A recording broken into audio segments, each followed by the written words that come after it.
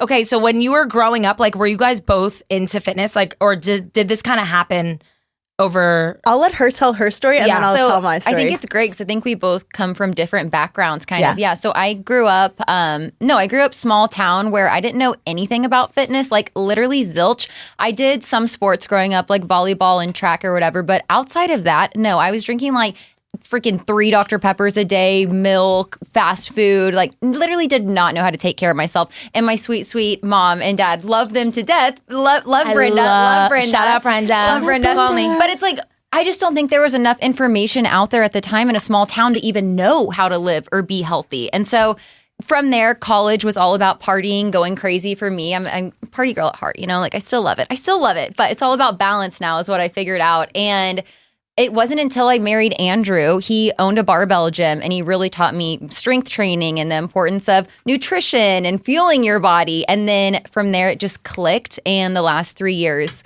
is all it took. And it's been literally life-changing. No, I love that. I know. I would like. It's never too late. And how about how about your diet too? Diet is huge. Yeah. So as soon as I cut out like all fast food, focused on whole foods, you see massive differences. And I swear by that. First step is cut out fast food. Don't even see it as food. Like, no. I don't even think about it anymore. Yeah. Like, but growing up, Which like is Wendy's drive-thru was like It's addicting. I know. And like that was all we had. Like a junior bacon cheeseburger like spoke to my heart. I was addicted. For real. But like, yeah, The chicken nuggets. Burger Yeah, King. like- Burger King chicken fries. But no, Taco Bell. but it's not food. It's trash. So Yeah. no. Taco Bell. That was my go-to. Crunchwrap Supreme. That was No my tomatoes. vice. Yeah. Look how far we've come. No. You know? Literally. But okay, wait. So growing up, how were you? Like, how was your relationship? So my mom is like an almond mom. So I always was like healthy, always. I also grew up a dancer. So I was dancing from the age of 2 until I left for college. And my mom, we had McDonald's. Like we would eat things like that, but it wasn't like my only diet, right? Like it would be like, it was like a treat. Like we'd have McDonald's, but it wasn't like my mom was like, you can't have that. Aside, like she would let us have it as a treat, but she was very much like worried about like our dental health. So like the sugar and all of that. Yeah, which is amazing. So like I was going to the dentist all the time. Okay, fun fact. I am almost 29 years old. I've never had a cavity. That is amazing. That is amazing. I've never had a I cavity. need to tell I Andrew just that. went He to would the be dentist. very, very proud of you. Thank you. Like very Thank proud. you. I was just at the dentist literally on Tuesday or Monday and I still no cavities. So That's crazy. thank you, Mom. So Yeah, so I think that a congrats. big part of like the diet and stuff was like she didn't want us to have like rotten teeth. Yeah. And then in like my senior year of high school, I started going to CrossFit with one of my friends. So I was doing my dance and I was also doing CrossFit. And I was like, oh, CrossFit's fun. Like I went and like got like the whole, like you have to go and get like a form class essentially to like learn how to do like the clean and the thrusts and all of that because it can really like damage your body if you are not using proper form. So I learned a lot about that. I did get my personal training license in the 12th grade because I was just like, oh, I love this. And I started going to the gym more often just like by myself. And then when I went to college, the girl that one of my roommates, she was like a big time girly, like gym girl. Her dad owned like many gyms like in our hometown. And then he actually, one of the chain of gyms that he owned, like had a location where we lived in Orlando, Florida.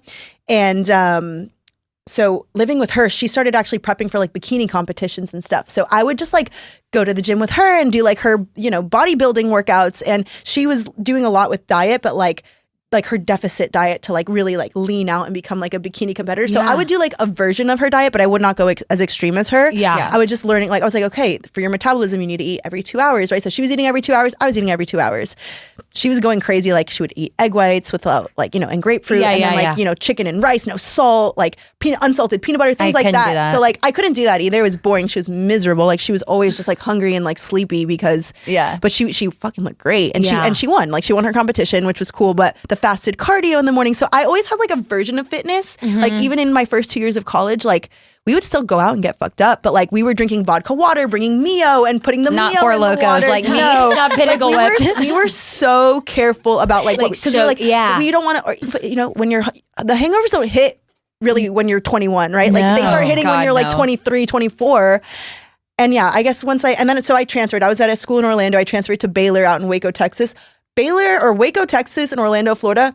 Totally different cities. Like Orlando had like a plethora of bars, clubs, everything like that. Waco, Nothing. options were limited. Cows. So that was fucked up. what'd you say? Cows. Lots of cows, lots of cattle, lots of just fields, you know, there's just not a lot there. So I think I calmed down a lot. Also, is just, I think my first 2 years of college, I was like, I don't give a shit about anything. You don't really have to pick your major, you know, until that third year. Yeah. So once I transferred, I was like, okay, I need to like really focus on school now. So I wasn't partying as much. I still was like a gym rat, crazy gym rat. I think I've always kind of been into fitness. No, but that's so good because you guys have two completely different stories, and like you have that'll share like that kind of transcends to your audience. Yeah. Is that the right word? Transcends. Anybody can do it. Anybody could do it. Anybody could. I went from a gym rat to a mat rat. So I love great. that. But it's like back to be about food too. Like I feel like growing up, like our parents didn't know any better. Like I would eat like a row. Your mom would kill me. I would eat a row of Oreos and slide. Yes. Oh, I would still do that. I would slide the cream and put it back. I had 4 cavities in my front teeth. But so like crazy. Your mom would kill me. But even like growing up growing from Jersey, like it was just the norm. The internet wasn't really there. The data wasn't there. So like, how are we supposed to know? Exactly. But I'm happy that like but I do think balance is very important. Like, don't you guys think that like 100%. Right before my wedding, I always talk about this. Like I went really like buck wild. I don't like that word. I don't know why I said that. Ooh, I don't like buck wild either, actually. I don't like it. As I said it, remove it. We're removing it from the vocabulary. Yeah, I don't know. Cut that out, Spider. Buck wild. I loved that TV show. But anyways. What was that, MTV? What was I talking about? Buck wild. You went buck wild before your wedding.